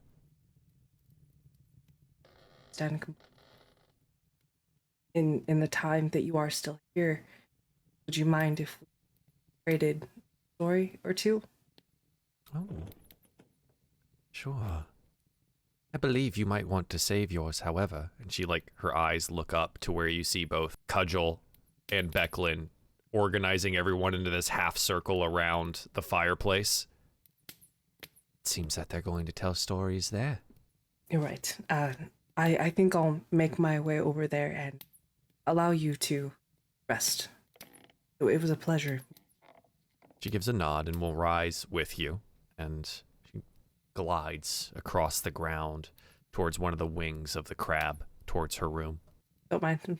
Yeah, just making charisma checks. Just making charisma checks. It's fine. It's fine. I'm doing great. Sweat. So looking back here, the reception kind of turns to a more quiet thing. Becklin, gestures for everyone to gather around this half circle of chairs here. She's got, I would like for us to all gather here and perhaps tell a tale or two, just as Ispin would have wanted, about maybe his life or an interaction you had with him, something that maybe brought you here over time. Feel free to sit and just enjoy if you need to, but if you'd like to share, we would all be more than willing to listen. And now, with that, I would love to tell a little story here. Ispin, a long time ago, there was a time that Ispin here had, the High Sub-Senior Artillerist of Mount Nevermind, launched her pet weasel all the way from a gnomic enclave to Sancris Island, and then hired Ispin to go recover the critter. Or at least note its trajectory. But Ispin, for those of you that knew him, would note that he wasn't so great at maths, trajectories, and otherwise. And, instead of going on the ferry to go to the island itself, he tossed off his armor, dove into the river, and swam all the way across. We all thought he was crazy until he came back 8 hours later with the weasel still alive, mounted on his head like on the prow of a ship, proudly as he swam all the way back across the water to give the High Sub-Senior Artillerist of Mount Nevermind her pet weasel back. And there's a bunch of laughter and applause for Ispin and the story. And she looks about the room. Does anyone have any other tales about Ispin, perhaps, that they would like to share? Razik will raise his hand and say, "I'll share my tale." Razik, please. And everyone kind of looks over and gives you small little claps. So I'll step forward and say, "Greetings, people of Vogler and other distant travelers. My name is Razik, and I've come from a very faraway place from here. I knew Ispin, about 20 years ago or so. He traveled through my homeland and hired me to guide him and a group to a nearby ruin that had become infested by some hobgoblins. I showed him the location, and him and his party set out to clear the place out. I was left to tend to the camp, and unfortunately, a group of the hobgoblins found me. I tried my best to flee and hide from them, but they cornered me in a cavern, and it seemed that my short life was about to be over, until Ispin himself showed up and fought off the patrol, saving my life, and so I'll be forever grateful to him for his actions on that day, and it's why I've come from such a distance to pay my respects. A round of applause, especially from the locals and Cudgel specifically, I think.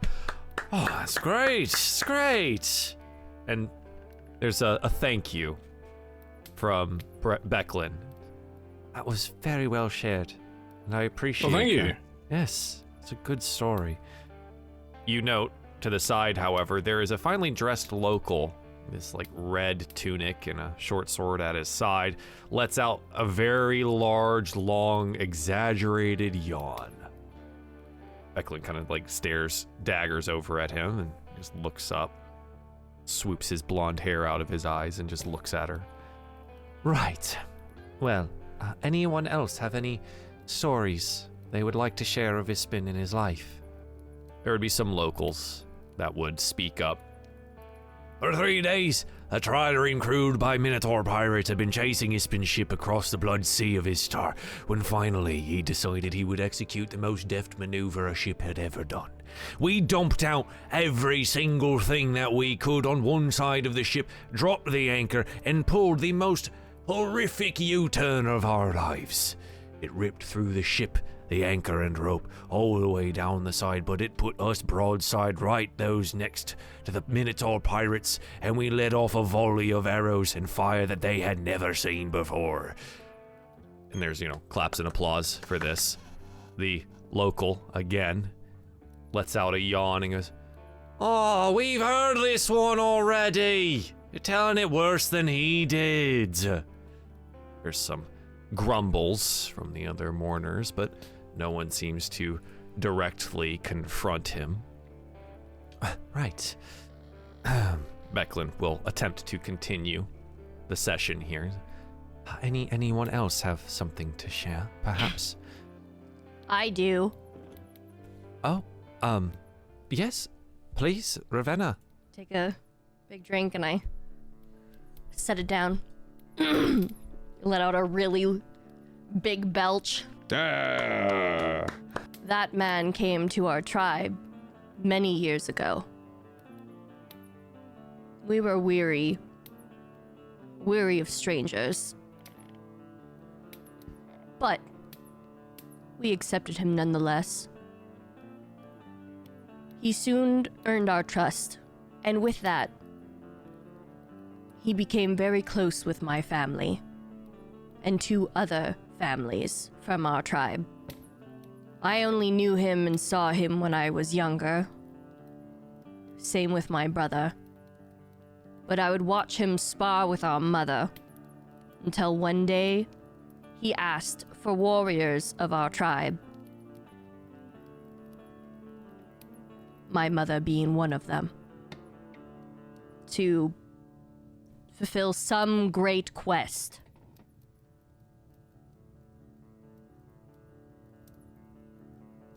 And then as soon as she left with him, we received the news that she had died. And we never heard of him again. Until now. There's silence over the group, and Cudgel, she kind of narrows her eyes here and looks at you, as if remembering things. Then, the heckler.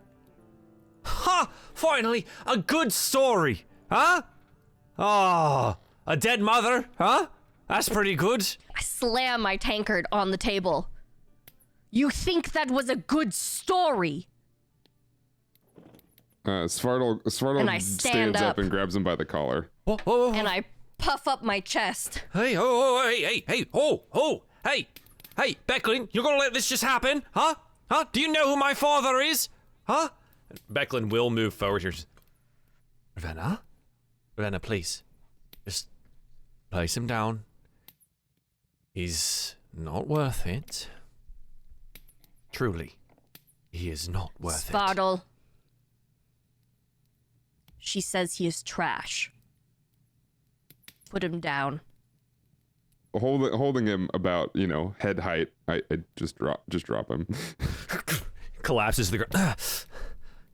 You'll be hearing about this from my father. You will be hearing about this. And he, smooths out his shirt and adjusts his sword and Lean into him really closely, like uncomfortably close, as he's trying to straighten himself out. roll me an intimidation check. Okay. Yeah. That's a 19. His eyes are wide here. He backs away. You will be hearing from my father about this. You won't hear anything. Do you know why? Why? Because if you keep your mouth shut, you get to keep your tongue inside of it. No one in Vogler can take a damn joke.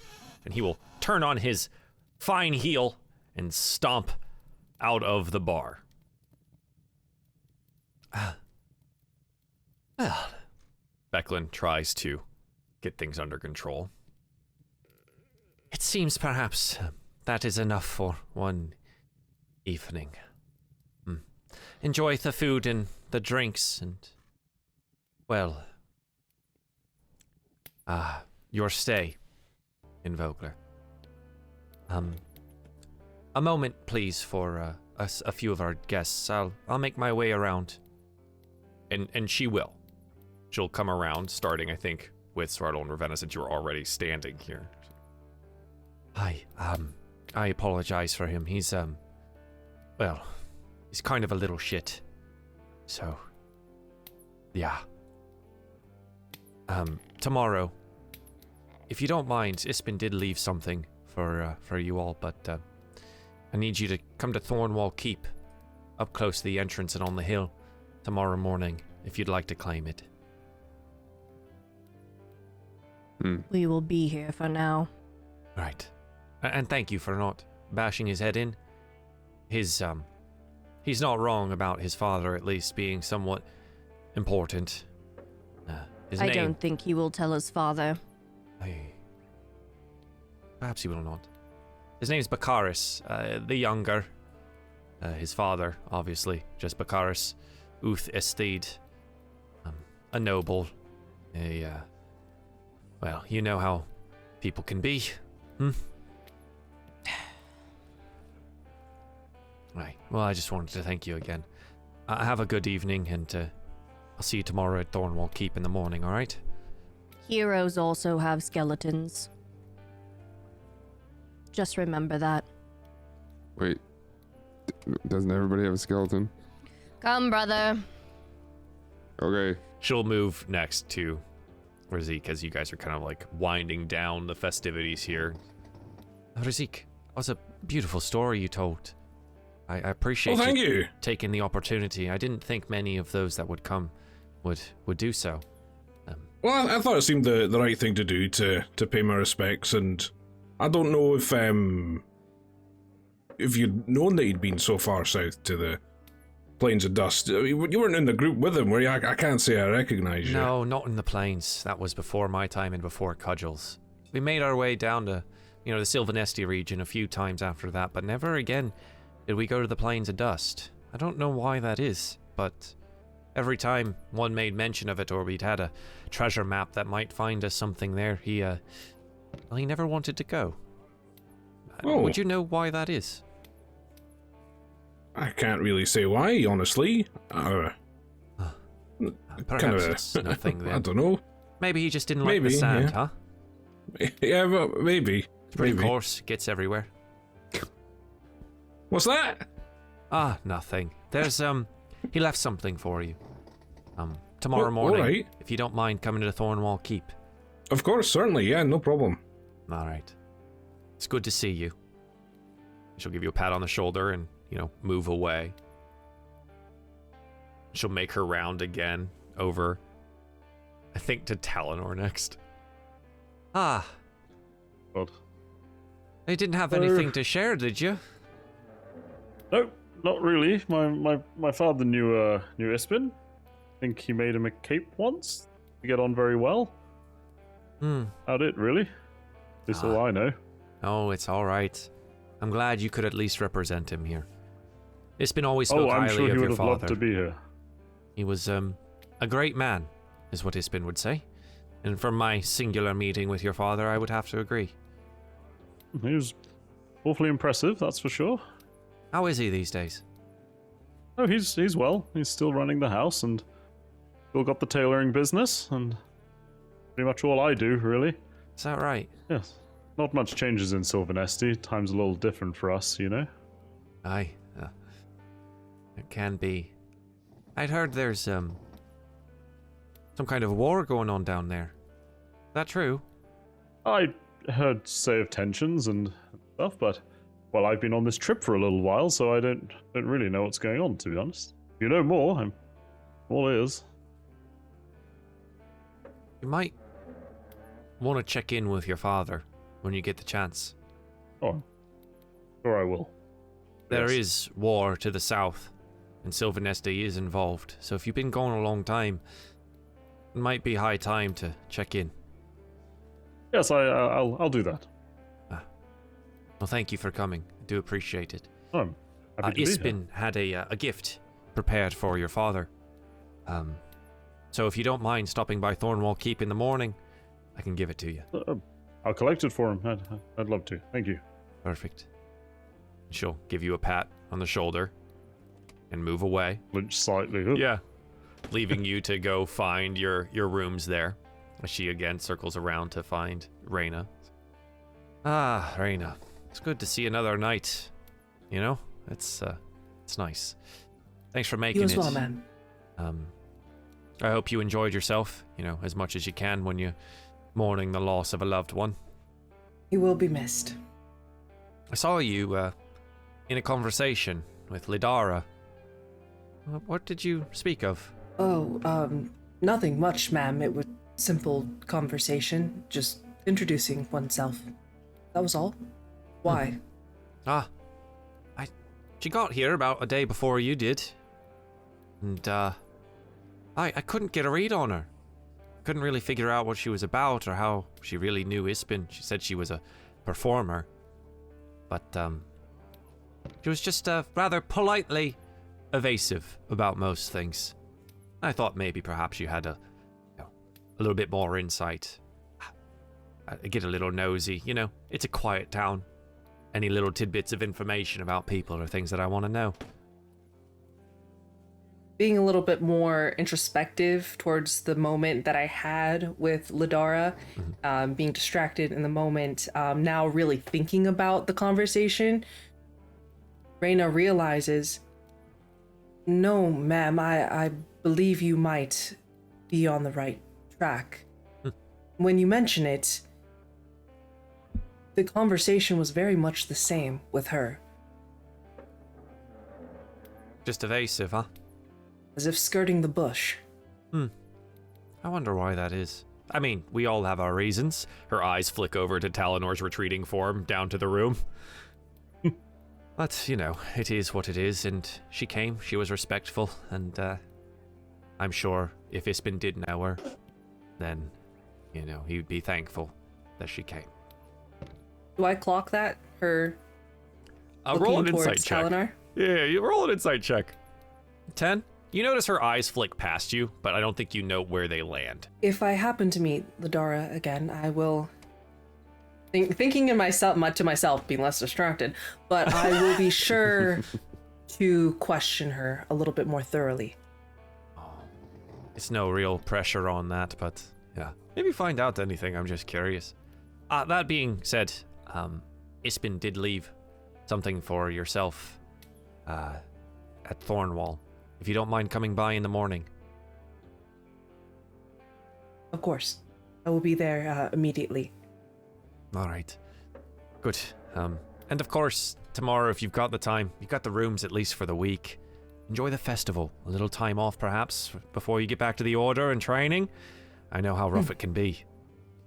Yes, I haven't had much of a vacation yet, so thank you. I'll be sure to do so. And you may not get another one for a long time. It's a good thing that I knew who to talk to about getting you away from that place, huh? Yes, I appreciate you, of course. Thank you. Right. I'll have a good night, and see you in the morning. And she will kind of bow out the room here as things at the inn and the Brass Crab begin to truly wind down for the evening.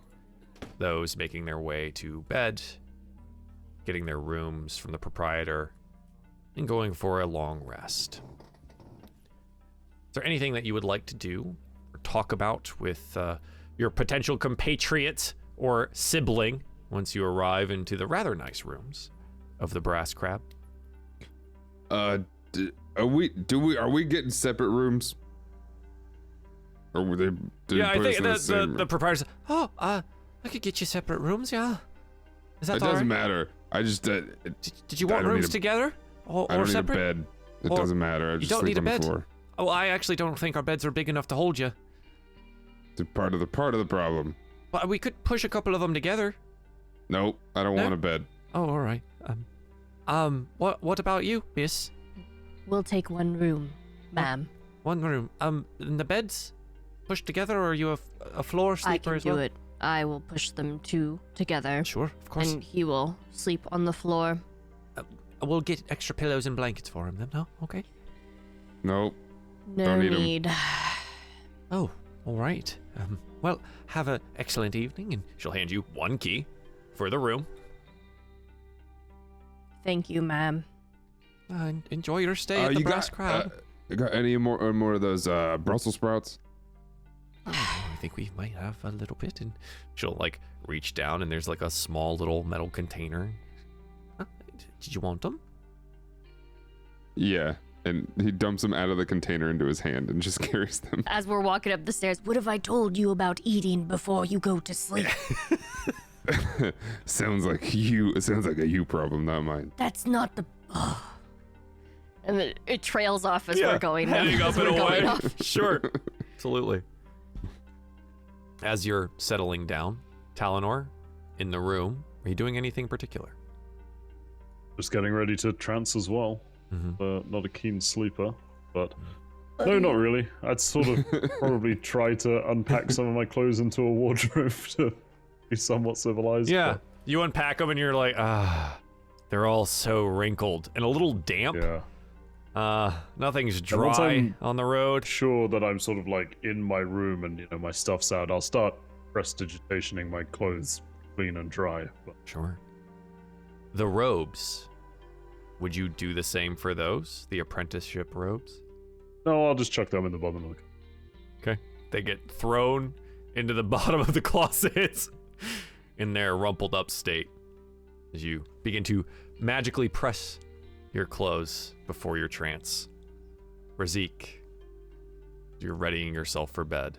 Is there anything in particular that you do? One thing, just as Razik's sort of, undressing and things like that, he would take a large glowing blue gem from out of his backpack and place it underneath his pillow and sleep on top of it. Glows. We watch the light illuminate your features, and then you place it underneath the pillow. There's like a low hum emanating from it. Yeah, Place it exactly. in its nice little position under your head. As the night closes out here, I think this is a pretty good spot for us to call the end for session 1. And in the next day, going to Thornwall Keep and perhaps claiming some kind of parting gift from your it's money. departed friend / enemy guy. It's gonna be a TPK, bitch. No, I'm just kidding. And then you all die. It's an illithid.